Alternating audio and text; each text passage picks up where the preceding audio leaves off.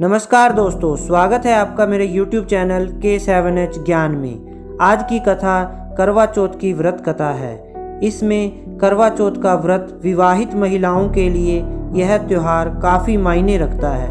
करवा चौथ के दिन महिलाएं बिना अन्न और पानी के पूरा दिन उपवास रखती हैं। इसके बाद एक बार रात में ही करवा चौथ की पूजा और चांद को अर्घ देकर पति के हाथ से पानी पीकर अपना व्रत खोलती हैं। धार्मिक मान्यताओं के मुताबिक करवा चौथ का व्रत करने से महिलाओं को अखंड सौभाग्य का आशीर्वाद मिलता है।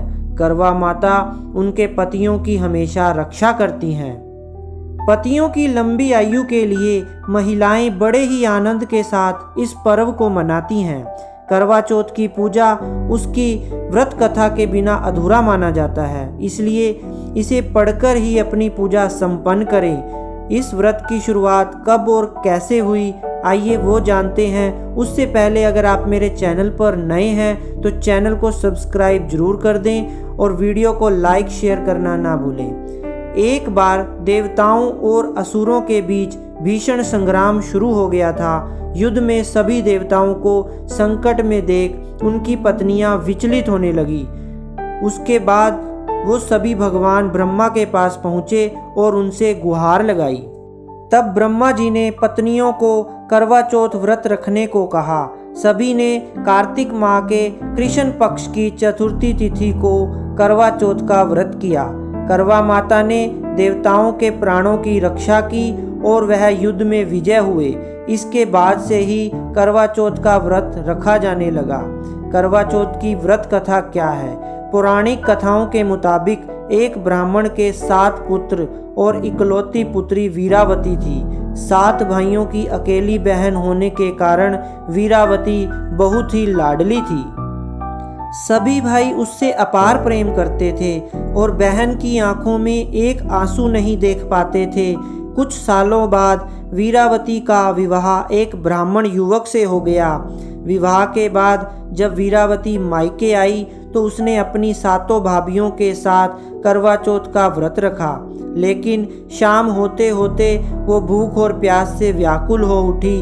अपनी बहन की ऐसी हालत देखकर सभी भाई उससे खाना खाने के लिए मनाने लगे।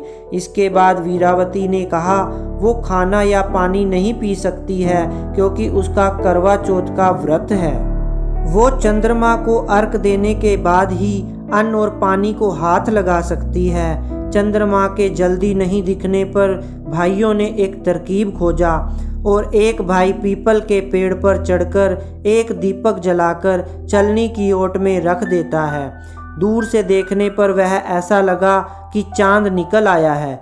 फिर एक भाई ने आकर वीरावती को कहा कि चांद निकल आया है, तुम उसे अर्घ देने के बाद भोजन कर सकती हो। बहन खुशी खुशी जाकर चांद को देखा और उसे अर्घ देकर खाना खाने बैठ गई। उसने जैसे ही पहला टुकड़ा मुंह में डाला तो उसे छींक आ गई। दूसरा टुकड़ा डाला तो उसमें बाल निकल आया। इसके बाद उसने जैसे ही तीसरा टुकड़ा मुंह में डालने की कोशिश की तो उसके पति की मृत्यु की खबर आ गई।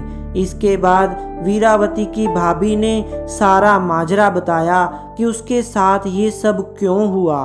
करवा चौथ का व्रत गलत तरीके के टूटने के कारण सभी देवता उससे नाराज हो गए हैं। फिर एक बार इंद्रदेव की पत्नी इंद्राणी करवा चौथ के दिन धरती पर आई और वीरावती उनके पास गई और अपने पति की रक्षा के लिए प्रार्थना की। तब देवी इंद्राणी ने वीरावती को पूरी श्रद्धा और विधि विधान से करवा चौथ का व्रत करने के लिए कहा।